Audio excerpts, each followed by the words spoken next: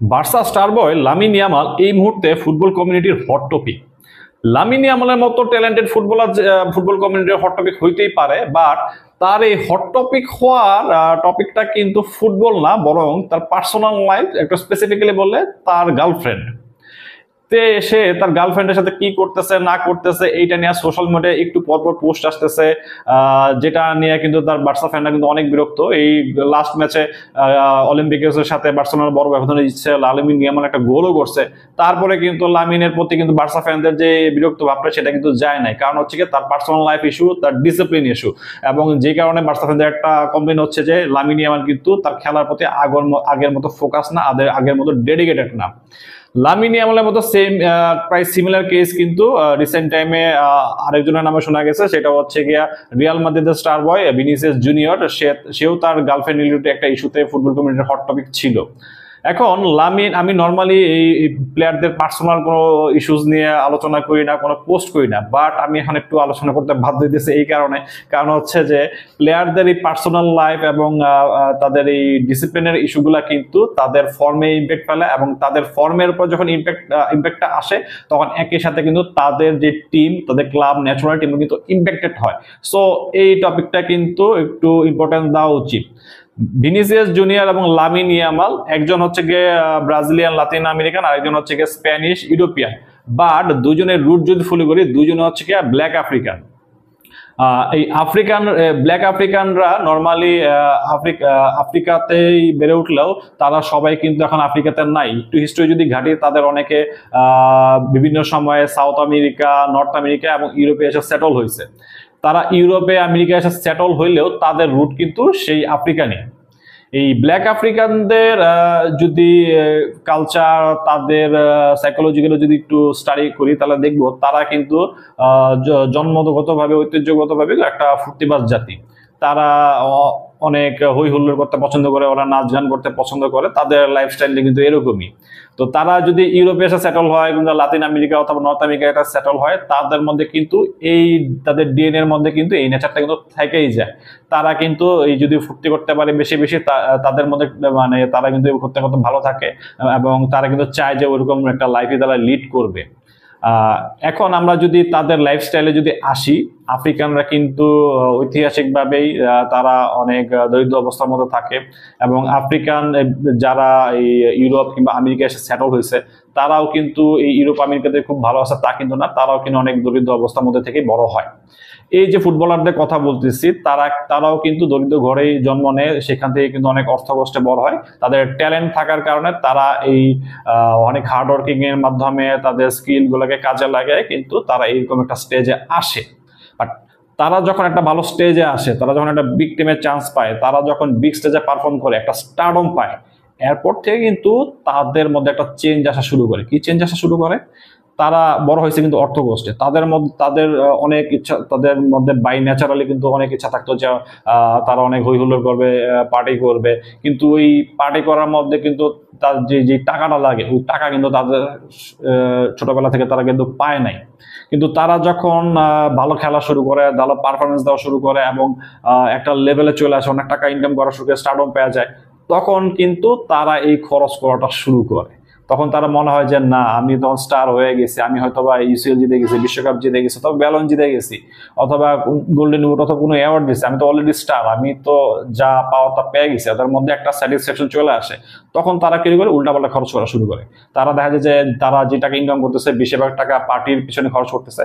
তাদের যেহেতু অনেক বেশি টাকা থাকে, তারা ধুমায় সে টাকা খরচ করে। তারা দেখা যাচ্ছে যে ট্রেনিং এ যাওয়ার বদলে, জিমে যাওয়ার বদলে তারা বেশিরভাগ সময় পার্টিতে মনোযোগ দিতেছে, এবং এই পার্টি করতে গিয়ে তারা বেশি বেশি টাকা নষ্ট করতেছে, এবং তাদের ফিটনেসে একটা সমস্যা তৈরি হয়। এবং পার্টি করা বাদ দিয়ে যদি অন্যদিকে আসি, এই ব্ল্যাক আফ্রিকানরা নর্মালি তাদের পার্সোনাল লাইফে পার্টনার হিসেবে কাদেরকে পাবে? ব্ল্যাক আফ্রিকান মেয়েদেরকে পাওয়ার কথা, এটাই ন্যাচারাল। তাদের প্রতি নর্মালি সাদা অথবা অন্যান্য জাতিগোষ্ঠীর মেয়েরা কিন্তু অ্যাট্রাক্ট হবে না। কিন্তু তাদের যখন টাকা চলে আসে, তাদের হাতে যখন স্টারডম চলে আসে, তখন কিন্তু দেখা যাচ্ছে যে সুন্দরী শ্বেতাঙ্গ মেয়েরাও কিন্তু তাদের প্রতি আকৃষ্ট হয়। এবং এরা বেশিরভাগ, না এমন না যে তার লুক দেখে, তার পার্সোনালিটি দেখে তার প্রতি আকৃষ্ট হয়েছে, তারা বেশিরভাগ আকৃষ্ট হয় কিন্তু তার টাকা দেখে, তার স্টারডম দেখে, যাদেরকে সোজা বাংলা যে সোজা কথা আমরা যেটা বলতে পারি, তারা হচ্ছে গোল্ড ডিগার। তো এই আফ্রিকান অ্যাথলেটরা করে কি, তারা যখন স্টারডম পাওয়া যায়, তারা ধুমায় টাকা খরচ করা শুরু করে, এবং তারা ফার্স্ট টাইম হচ্ছে গিয়ে এই সাদা বর্ণের গোল্ড ডিগারদেরকে তারা পায়, এবং এদের পেছনে, এদের পাল্লায় পরে তাদেরকে বিশেষ সময় দেওয়া শুরু করে, এবং ফুটবলের প্রতি তারা এবং স্পোর্টসের প্রতি তারা কিন্তু সেই ফোকাসটা হারায় ফেলে।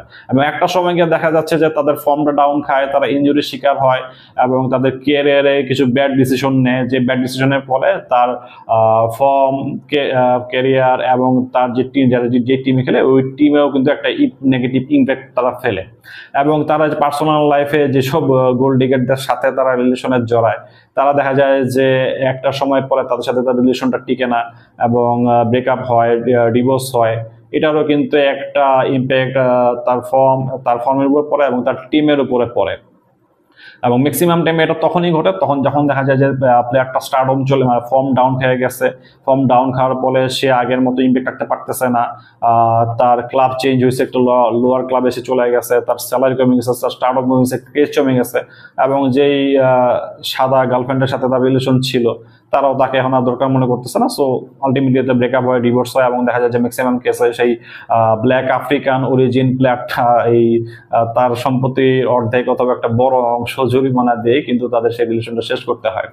সো রাইট নাও ভিনিসিয়াস বলি, লামিন বলি, এরা আসলে মোটামুটি এই পথেই আছে। তারা রিয়াল বার্সার মতো দুইটা সবচেয়ে ওয়ার্ল্ডের সবচেয়ে পপুলার টিমে খেলতেছে। তাদের ওয়ার্ল্ড ওয়াইড ফ্যান বেজের অভাব নাই, এবং যেহেতু ফ্যান বেজের অভাব নাই, তাদের আসলে এই মুহূর্তে অর্থের অভাব নাই, তারা অনেক স্পন্সর পাইতেছে, অনেকটা ফান্ড পেতেছে, বাট এই ফান্ডটা কিন্তু তারা আসলে মিস ইউজ করতেছে, যেটা আসলে ঠিক না। এবং এরকম ইনডিসিপ্লিন লাইফ এর এক্সাম্পল যদি দেখি, not only Vinicius, not only Lamine Yamal, African black African origin যারা ছিল, তারা আফ্রিকা থেকে উঠে আসুক, অথবা ইউরোপের হোক, অথবা ব্রাজিলিয়ান হোক, লাতিন আমেরিকা হোক, তাদের কিন্তু এরকম অনেক আছে যারা আসলে ক্যারিয়ারে একটা পিক টাইমে উঠে, তারা কিন্তু সেভাবে লং টাইম তারা তাদের পিক টাইমটা ধরে রাখতে পারে নাই, অল্প কিছুদিন পরে তারা ফর্মটা হারায় ফেলছে ডিসিপ্লিনের অভাবে, এবং তারা আসলে টপ লেভেল থেকেও সরে গেছে। ব্ল্যাক আফ্রিকান ফুটবলারদের মধ্যে পেলের কথা নিতে হয়। তিনি কিন্তু ক্যারিয়ার শুরু থেকে শেষ পর্যন্ত অনেক ডিসিপ্লিন ছিলেন, তার ক্যারিয়ারের প্রতি ফোকাস ছিলেন, এবং অনেক হার্ড ওয়ার্কিং করে গেছেন, যেই কারণে কিন্তু তার লেভেলটা সবসময় ধরে রাখছে। বাট এরপরে যে বাকি যদি দেখি, তার ব্রাজিলের মধ্যে রোনালদো লিমা, রোনালদিনহো, মানে এরকম ট্যালেন্টরা কিন্তু অনেক দূর, আরো অনেক দিন টপ লেভেলে, সেই টপ লেভেলে টপ ক্লাস সার্ভিস দিতে পারতো, বাট তারা দিতে পারেনি। কেন দিতে পারে নাই? তারা কিন্তু ওই ডিসিপ্লিন লাইফে ছিল না। এবং রিসেন্ট টাইমে যদি এক্সাম্পল যদি দেই, এমবাপ্পের এক্সাম্পল দিতে হবে। সেও কিন্তু আফ্রিকান অরিজিন, বাট সে কিন্তু তার খেলার প্রতি অনেক ফোকাস, যেই কারণে সে কিন্তু কখনো তার লেভেলটা হারায় নেই। মাঝে মধ্যে হয়তো তারও পার্সোনাল রিলেশন নিয়ে কয়েকদিন আলোচনা হয়েছে, সমালোচনা হয়েছে, বাট সে কিন্তু সেটা সামাল দিয়ে সে কিন্তু তার ফুটবলে তার কনসেন্ট্রেশনটা ধরে রাখছে। ওসমান ডেম্বেলের কথা বলতে হয়, সে হয়তো বা বাকিদের মতো তো ফুর্তিবাজ ছিল না, পার্টি করে বেড়াতো না, বাট সে কিন্তু অনেক ইনডিসিপ্লিন ছিল। বাট রিসেন্ট টাইমে সে যদি ডিসিপ্লিনে ব্যাক করতে পারছে, যেই কারণে কিন্তু সে কিন্তু লাস্ট সিজনে যেখানে দারুণ একটা পারফর্ম করছে, এবং সে ব্যালন ডিওরও জিতছে। এখন লামিন ইয়ামালকে নিয়ে বার্সা ফ্যান বেসরা অনেক চিন্তা আছে যে সে আসলে যে পটেনশিয়ালটা শো করছিল এই 17-18 বছর বয়সে, সেই পটেনশিয়ালে সে 20 হওয়ার আগে কিন্তু সে নষ্ট করে ফেলতে পারে, এবং এই সম্ভাবনা কিন্তু খুব হাই। তার প্রতিদিন তার পার্সোনাল লাইফ নিয়ে যেই নিউজগুলো আসে, সেগুলো অর্ধেকও যদি সত্য হয়, তাহলে বলা যায় আসলে লক্ষণ আসলে কিন্তু ভালো না। তো এখন বার্সা ফ্যান হিসেবে আশা করতে মানে একটা অবশ্যই বিরক্ত। তো আশা রাখতে পারি যে লামিন হয়তোবা কোনো একটা টাইমে গিয়ে তার ভুলটা বুঝবে। সে যদি ভুলটা না বুঝে, তার নিজের পায়ে সে নিজে কুড়াল মারবে, সে আরেকটা ফাতি হবে, সে আরেকটা রবিনহো হবে, আরেকটা রোনালদিনহো হবে, যারা মানে যে হয়তো আরো অনেকদিন টপ লেভেলে সার্ভিস দিতে পারতো, কিন্তু সে সার্ভিস না দিয়ে তাকে আসলে অল্প বয়সেই ফুটবল থেকে বিদায় নিতে হবে। এবং সে যখন রিটায়ারমেন্টে চলে যাবে, আমরা যারা তার খেলার লাইভ দেখছি, তারা অনেক বছর পরেও তারা নিয়ে অনেক আফসোস করবে যে এই লামিন ইয়ামাল প্লেয়ারটা অনেক দূর যেতে পারতো, বাট স্টারডম পায়া, টাকা পায়া সে তার পার্সোনাল লাইফটা কন্ট্রোল করতে পারে নাই, ডিসিপ্লিন থাকতে পারে নাই, ফোকাস থাকতে পারে নাই, যেই কারণে আরো একটা দারুণ ফুটবল ট্যালেন্টের অপমৃত্যু হয়েছিল।